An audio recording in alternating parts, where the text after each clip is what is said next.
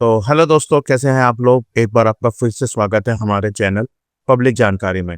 आज की जो वीडियो होने वाली है वो बेसिकली जो वीडियो होने वाली है बापू धाम मधुबन योजना जो गाजियाबाद में कल से निकलने वाली है। इसका ब्रोशर ऑलरेडी आ चुका है, तो उसी के बारे में इस वीडियो में हम जानेंगे कि हमको इस अप्लाई में क्या अप्लाई करना चाहिए या नहीं करना चाहिए, प्लॉट की क्या कॉस्ट होने वाली है, आरक्षण कितना मिलेगा, कब तक आप अप्लाई कर सकते हैं, कहाँ से अप्लाई कर सकते हैं, क्या टर्म्स एंड कंडीशन होने वाली है। तो ये सब चीजें हम इस वीडियो में जानेंगे। और आप लोगों से हाथ जोड़ के विनती है, प्लीज इस वीडियो को ज्यादा से ज्यादा लोगों को शेयर करें, ताकि बहुत से लोगों का सस्ता प्लॉट खरीदने की उन लोगों तक जानकारी नहीं पहुंच पाती है। तो प्लीज ज्यादा से ज्यादा वीडियो शेयर करें, लाइक करें, और कोई भी अगर आपको डाउट है तो आप कमेंट जरूर करिए, ताकि हमें ही पता चलता रहे कि इस वीडियो को कितने लोग देख रहे हैं। तो वीडियो को शुरू करते हैं हम लोग आगे से। जैसा कि बताया था कि इस वीडियो में कि ये स्कीम कल से स्टार्ट हो रही है। इसकी बुकलेट की जो कॉस्ट होने वाली है 1100 रुपये होने वाली है। इस योजना का जो नाम होने वाला है मधुबन बापूधार आवासीय योजना गाजियाबाद में है। इस योजना का जो कोड होने वाला है वो 935 होने वाला है। जब भी आप फॉर्म देखेंगे वहां पे आप बुकलेट लेंगे तो 935 के नाम से आपको कोड मिलेगा। और इसकी ऑनलाइन जो रजिस्ट्रेशन जो शुरू हो जाएगा वो 11 मई, कल से 25 मई तक इसका रजिस्ट्रेशन चलेगा। क्या क्या इसमें आपके लिए जो आपको रजिस्ट्रेशन करने के लिए क्या क्या होना चाहिए आपके पास। एक तो जाहिर सी बात है, भारत का नागरिक होना चाहिए। आपकी उम्र 18 वर्ष से अधिक होनी चाहिए। तीसरा पॉइंट बहुत इंपॉर्टेंट है, आवेदक अथवा उसके परिवार के किसी भी सदस्य के पास गाजियाबाद क्षेत्र में किसी भी संपत्ति एवं उत्तर प्रदेश में से एक अधिक आवासीय भवन भूखंड गाजियाबाद विकास प्राधिकरण या आवास विकास के प्रसिद्ध अन्य सरकारी भवन आवंटित नहीं होने चाहिए। इसका सीधा सा ये है कि अगर आपके पास गाजियाबाद में एक से अधिक प्लॉट है या मकान है जो कि जीडीए की तरफ से और आवास विकास की तरफ से आपको आवंटित हुए मिले हैं, तो आप इसमें अप्लाई नहीं कर सकते। अब यहाँ पे देखेंगे इसका बेसिकली जो प्लॉट निकलने वाले हैं कितने वर्ग मीटर के हैं, क्या कोड है और कितना उसका कितनी संख्या है उसकी। अब जैसे इसमें जो प्लॉट निकलने वाले हैं 200 वर्ग मीटर, जो सबसे बड़ा प्लॉट है 200 वर्ग मीटर श्रेणी ए में आएगा। योजना कोड जैसे मैंने बताया था 935 रुपये। इसका जो कोड होगा, जहाँ पे जो कोड डालेंगे आप, जो फॉर्म भरेंगे 730 नंबर का कोड होगा। और टोटल जो इसकी जो प्लॉट की जो संख्या है वो 24 है। इसी तरीके से 150 वर्ग मीटर में श्रेणी बी में आएगा, कोड इसका 735 है, 49 इसके प्लॉट निकले हैं। उसी तरीके से इस योजना में 120 वर्ग मीटर के भी श्रेणी सी में आएगा, 738 कोड है इसका, और 34 इसके प्लॉट निकले हैं। उसी तरीके से 115 वर्ग मीटर में श्रेणी डी में आएगा, 739 इसका संपत्ति कोड होने वाला है। और टोटल जो जो प्लॉट की संख्या है वो निकली है 12। दूसरा है 112 वर्ग मीटर का जो है श्रेणी ई में आएगा, संपत्ति कोड देख लीजिए 740 है, और जो प्लॉटों की संख्या है वो है 44। अब है वर्ग मीटर के जो कोड है श्रेणी एस, 750 इसका प्लॉट कोड है।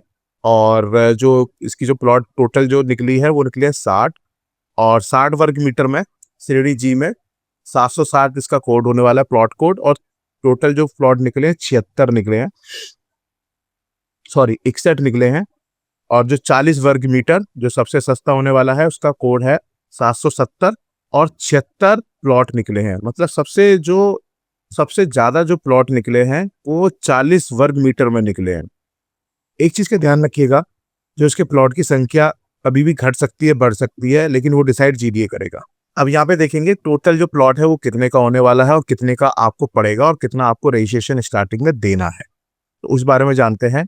जैसे कि जैसे प्लॉट जो योजना कोड तो आपको सबको पता है 935 है, संपत्ति कोड 730, यानी 200 वर्ग मीटर का जो आवेदन जो इसका प्रति वर्ग मीटर जो रेट रखा है वो 35,000 रुपये रखा है, राइट। और 10% इसमें आपको रजिस्ट्रेशन फीस देनी है। अगर आप जो 200 वर्ग वाला लेते हैं 200 वर्ग मीटर का, तो 70 लाख का होगा। स्टार्टिंग में आपको 7 लाख देने होंगे 10%। अगर आप किसी भी श्रेणी में आते हैं आरक्षित श्रेणी में, तो आपको 5% देने, यानी कि 3.5 लाख देने हैं, राइट। उसी हिसाब से 150 वर्ग मीटर के लिए आपको 52,50,000 के आसपास देना है। उसकी 10% जो फीस हो रही है 5,25,000 रुपये हो रही है, और 5% के हिसाब से 2,62,500 रुपये हो रही है। उसी हिसाब से 120 वर्ग मीटर वालों के लिए टोटल 42 लाख का प्लॉट पड़ेगा, इसके आसपास का पड़ेगा। ये बेसिक अमाउंट होते हैं। उसका 10% आपको 4,20,000 रुपये देना है। और इसके बाद जो आरक्षित के कैटेगरी में आ रहे हैं उसमें 5% लगता है एज ए 2,10,000, राइट। उसी के हिसाब से 115 वर्ग मीटर में 40,25,000 का पड़ने वाला है। 10% आपको 4,02,500 रुपये आपको 10% में देना है। 5% में आपको 2,12,50 रुपये दे रहे हैं। उसी हिसाब से 112 वर्ग मीटर में आपको जो प्लॉट पड़ने वाला है 39,37,500 का पड़ेगा। इसकी जो 10% होगा 3,93,750 के आसपास होगा और 5% में 1,96,875। उसी हिसाब से 90 मीटर में ये प्लॉट आपको 31,50,000 का पड़ेगा। 10% 3,15,000 और 5% 1,57,500। 60 वर्ग मीटर वाले में 21 लाख का प्लॉट पड़ने वाला है। 10% 2,10,000 रुपये, 5% 1,05,000 रुपये। 40 वर्ग मीटर में आपको पड़ने वाला 14 लाख का, इसकी 10% आपको देना होगा स्टार्टिंग में 10% यानी 1,40,000 और 5% में आपको 70,000 देना होगा। इसमें जो है 12% फ्री होल्ड शुल्क होता है और जीएसटी वो अलग से देना होगा, इस चीज का ध्यान रखिएगा। जैसा मैंने बताया, जो जनरल कैटेगरी के लोग हैं उसको 10% देना है और जो रिजर्वेशन कैटेगरी में आते हैं उनको 5% रजिस्ट्रेशन फीस, जो रजिस्ट्रेशन अमाउंट है वो पे करना होगा। ठीक है, आगे जानते हैं क्या क्या है। सामान्य वर्ग के पक्ष में भूखंड आरक्षण आवंटन के पश्चात भूखंड मूल्य 15%, आरक्षित वर्ग के पक्ष में मूल्य का 20% धनराशि आवंटन पत्र निर्गत दिनांक 1 महीने के अंदर जमा करनी हो। यानी सीधा सा है, जनरल कैटेगरी वाले जो आवेदक होंगे, अगर उनका प्लॉट निकलता है तो 15% उनको 1 महीने के अंदर जमा कराना होगा। आरक्षित वर्ग के लिए 20% उनको 1 महीने के अंदर जमा कराना होगा जैसे उनको लेटर मिल जाता है। और अगले जो नेक्स्ट जो 75% जो उसकी राशि बचेगी, अमाउंट बचेगा, वो 8 क्वार्टरली किस्तों में उनको देना होगा। जो ब्याज होगा वो 1% की दर के ब्याज होगा, राइट। यदि आवंटी द्वारा भुगतान विवरण आवंटन पत्र के अनुसार दे किस्तों पे निर्धारित डेबिट नहीं करते दिया जाता है, तो इसका मतलब है सीधा सीधा कि अगर आपका प्लॉट निकलता है और आप अपनी किस्त टाइम पे नहीं दे पाते हैं तो वो तो जो इंटरेस्ट लग रहा है वो तो लगेगा ही लगेगा, और 2% अलग से आपको पेनल्टी लग के आपको भुगतान करना होगा।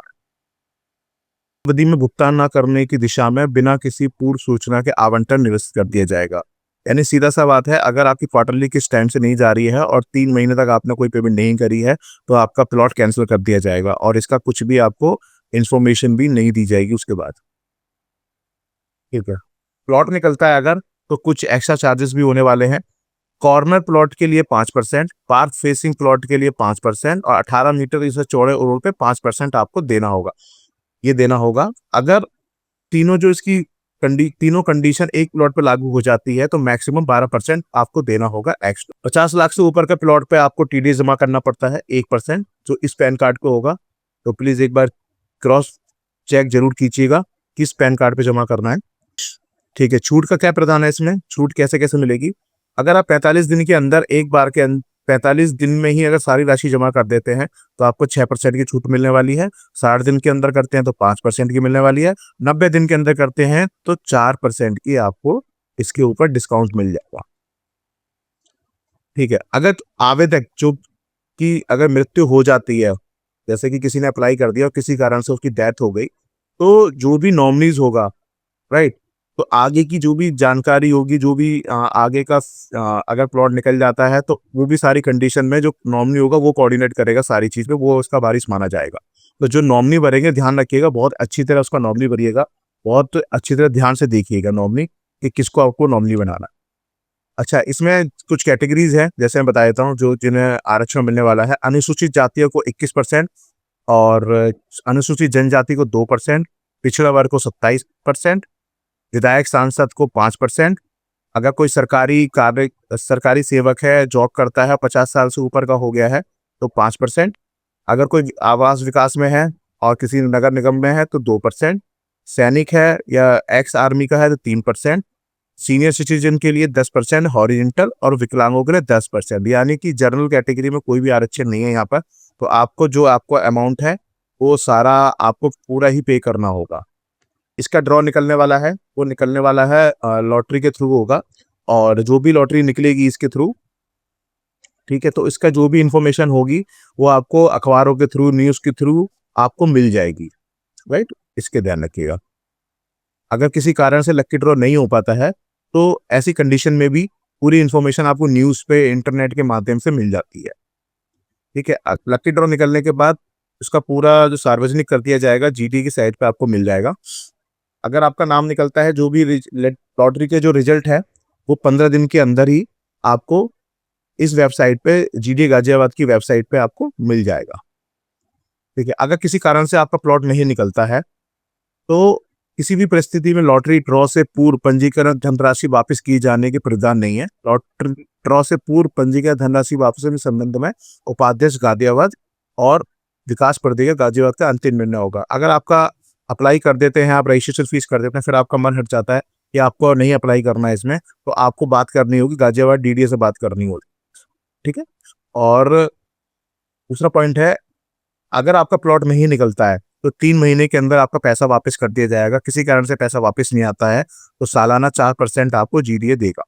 यदि कोई आवेदक आवंटन हो जाने के बाद भूखंड को निरस्त करा के धनराशि वापस लेना चाहता है, अगर आपका प्लॉट निकल जाता है और आप चाहते हैं कि मैं प्लॉट नहीं लेना चाहता, तो 20% का धनराशि का और प्लस आपका जो जीएसटी काट के आपको वापस कर दिया जाएगा, जो भी आपका अमाउंट बचता है।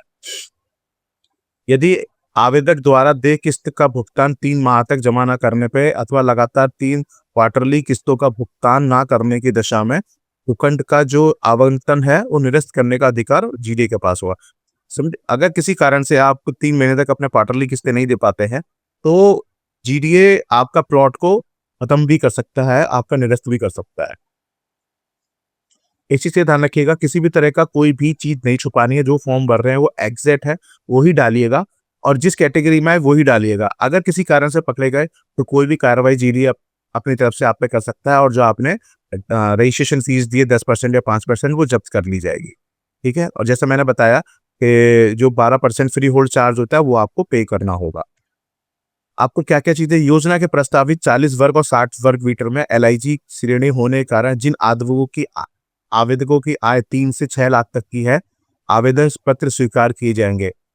आय पर प्रमाण पत्र सक्षम अधिकारी यानी तहसीलदार के स्तर का मान्य होगा। यानी कि अगर आप 40 से 60 वर्ग के मीटर के लिए अप्लाई कर रहे हैं तो आपकी इनकम 3 से 6 लाख की होनी चाहिए। उसका जो इनकम सर्टिफिकेट होगा वो यहाँ पे लगेगा, ठीक है। अगर आप 6 लाख से अधिक हैं तो उस प्लॉट में 40 से 60 वर्ग के प्लॉट में अप्लाई मत कीजिएगा, वरना वो प्लॉट आपका कैंसिल कर सकते हैं। कल से इसके आपके रजिस्ट्रेशन शुरू हो रहे हैं। 11 मई से 25 मई तक इसके रजिस्ट्रेशन होने जा रहे हैं, जिसकी फीस 1100 रुपये हो रही है विद जीएसटी। वो आपको पे करना होगा, और जीडीए की साइट पे जाके आप यहाँ से अप्लाई कर सकते हैं। मैं उसका लिंक आपको डिस्क्रिप्शन में दे दूंगा, तो आप वहां से जाके चेक कर सकते हैं। क्या क्या डॉक्यूमेंट लगने वाले हैं, जाहिर सी बात है जो फोटो लगेगी, पैन कार्ड, आधार कार्ड और हस्ताक्षर। और जो भी आपका, जो अगर आप किसी भी कैटेगरी में आरक्षण कैटेगरी में आते हैं तो उसका आपको सर्टिफिकेट लगाना होगा, इनकम सर्टिफिकेट लगाना होगा, राइट। और जो भी आपका ब्रोशर मिलेगा उसके नीचे आपको एक शपथ पत्र का है, वो भी आपको वो फिल करके वहां पे लगाना होगा।